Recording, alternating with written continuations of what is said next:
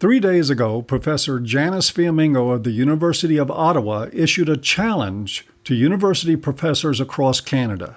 She urged them to take a public stand in defense of Jordan Peterson, a professor at the University of Toronto who must now fight for, of all things, the right to use common English that dictates the use of pronouns.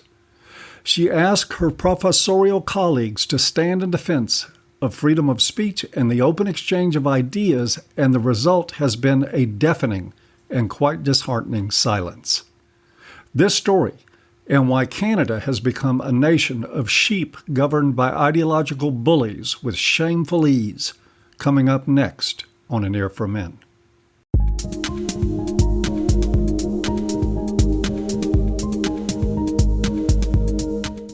Hi everyone, Paul Elam here, and welcome back to An Ear for Men.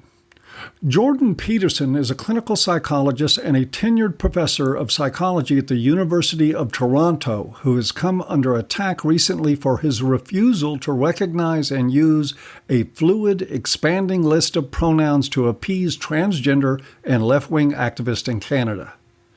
The controversy, just the latest in a now routine series of confabulated witch hunts against free thought in Canada, has left Peterson suffering attacks from censorious students, under pressure from university administration that is adding its weight to the abridgment of Peterson's freedom of expression, and even possible legal repercussions for human rights violations by Canada's recently renamed Social Justice Commission.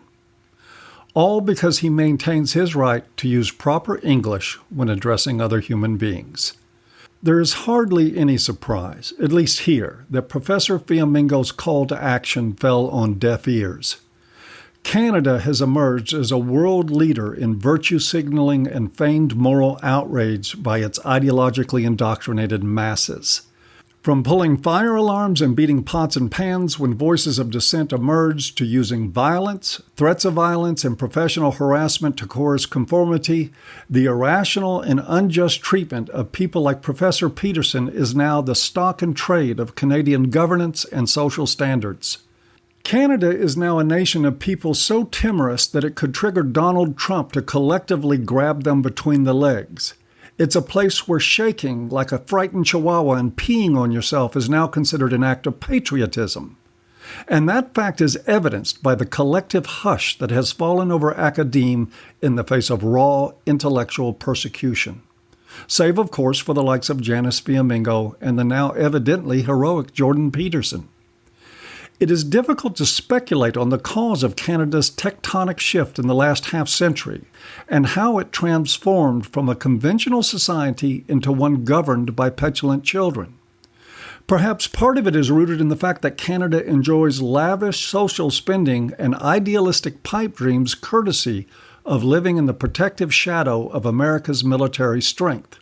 After all, when your defense industry is largely an afterthought, entitlements tend to abound, and the world starts to resemble a playground where any manner of fantasy thinking may seem reasonable.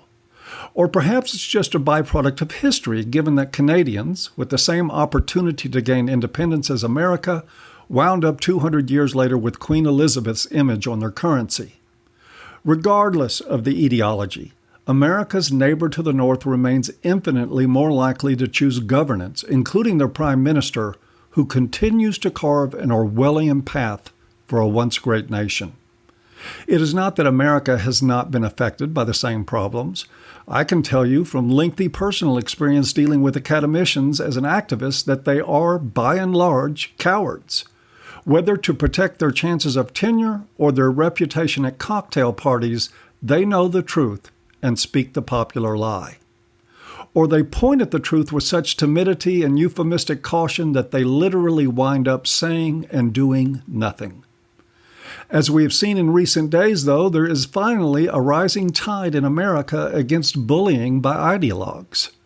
I'm not just talking about the presidential election. For some time prior to that, there's been a groundswell of rebellion in the air, so strong that it undeniably did play a role in the populist appeal of someone like Donald Trump. Like the voter rebellion in the UK with Brexit and the now shifting political landscape in India, the climate of culture is changing on a global level, with some exceptions that include the northernmost part of North America.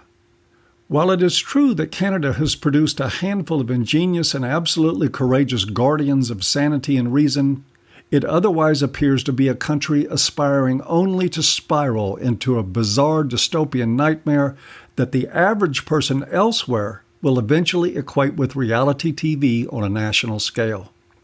If you think I'm generalizing about Canadians as a people, let me assure you that I absolutely am.